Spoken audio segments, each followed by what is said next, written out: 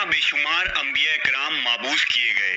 इस्लाम की आमद से कबल शाम सल्तनत रोम के मातहत था, जिसकी जानिब पहला लश्कर नबी सल्लल्लाहु अलैहि वसल्लम के बाद हजरत अबू बकर सिद्दीक ने रवाना किया और हजरत उसामा बिन जैद को लश्कर का अमीर बनाया।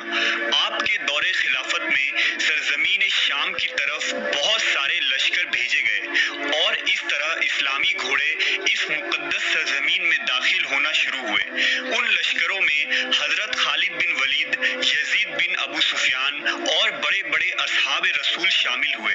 हजरत उमर फारूक के दौरे खिलाफत में रोमी सल्तनत को शिकस्त हुई और शाम मुकम्मल तौर पर मुसलमानों के ज़ेर तसल्लुत आ गया। फतह शाम के बाद बहुत सारे कब्बार सहाबा ने शाम की तरफ हिजरत करना शुरू किया और यहाँ दावत व तबलीग और इस्लाम की इशाअत की इब्तिदा हुई।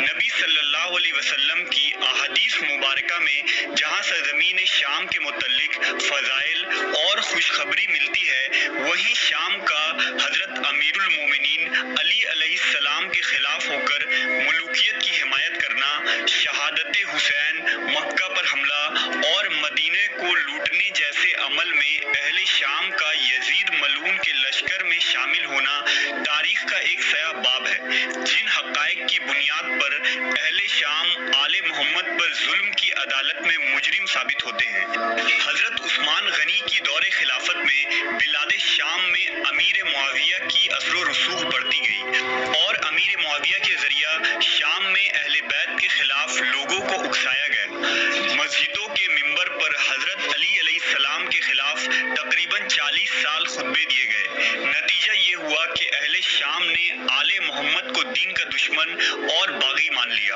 और नबी सल्लल्लाहु अलैहि वसल्लम की ज़ुर्रियत के फ़ज़ाइल और मनाक़िब के इनकारी हो गए। रिवायतों के मुताबिक वाक़या करबला के बाद जब अहले बैत का काफ़िला बेड़ियों में जकड़े शाम में दाखिल हुए, तो शामियों ने अपनी जहालत और बुग़्ज़ की बिना पर उस काफ़िले पर लान तान किया और यजीद बिन मुआविया के फतह का जश्न शाम के गलियों में मनाया गया। जब अहले बैत के उस मजलूम काफ़िले को यजीद के दरबार में ले जाया जा रहा था, तो सिपाहियों ने शाम की एक मस्जिद के करीब काफ़िले को रोका। वहाँ एक शामी शख्स मौजूद था जो नासबी था और अहले बैत रसूल से बुग़्ज़ रखता था। जब उसने काफ़िले को देखा तो कहने लगा, शुक्र है उस खुदा का जिसने तुम लोगों को हलाक किया और बगावत की आग को बुझाया। वो अहले हरम को मुसलसल बेइज्जत करता रहा और उल्टी सीधी बातें कहने लगा। जब हजरत इमाम सज्जाद अलैहिस्सलाम ने उसकी बातें सुनी तो आपने फरमाया, मैंने तुम्हारी बातें सुनी और जितने भी बुग़्ज़ व हस्द और कीना की आग तुम्हारे दिल में थी उसको तुमने उगल दिया। लेकिन इंसाफ की बात यह है कि जिस तरह से मैंने तुम्हारी बातें सुनी, तुम भी मेरी बात गौर से सुनो। इमाम अलैहिस्सलाम ने फरमाया, क्या तुमने कुरान पढ़ा है? शामी बोला, हाँ पढ़ा है। इमाम ने फरमाया, क्या तुमने इस आयत को भी पढ़ा है? ऐ रसूल खुदा, आप कह दीजिए कि मैं तुम लोगों से कोई अजर नहीं चाहता हूँ सिवाय ये कि मेरे अहले बैत से मोहब्बत करो। सूरह शूरा। शामी बोला, हाँ पढ़ा है। इमाम अलैहिस्सलाम ने फरमाया, वो रसूल खुदा के करीबी रिश्तेदार हम ही हैं। क्या कुरान में उस हक के बारे में पढ़ा है जो सिर्फ और सिर्फ हमारे बारे में है और दूसरे मुसलमानों का उससे कोई ताल्लुक नहीं? शामी कहने लगा, नहीं पढ़ा।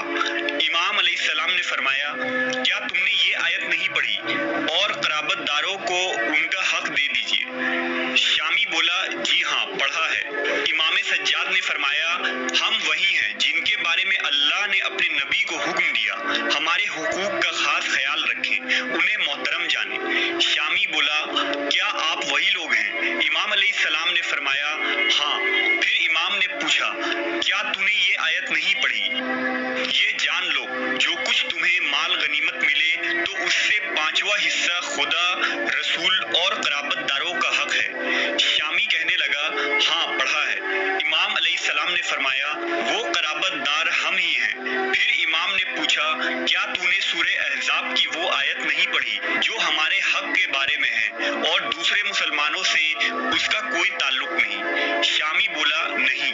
इमाम अलैहिस्सलाम ने फरमाया, तूने ये आयत नहीं पढ़ी, खुदा ने ये इरादा कर लिया है कि ए अहले बैत, वो तुमको हर किस्म جسم کی نجاست اور گندگی سے دور رکھے اور اس طرح پاک و پاکیزہ قرار دے جو پاک و پاکیزہ قرار دینے کا حق ہے۔ سورہ احزاب۔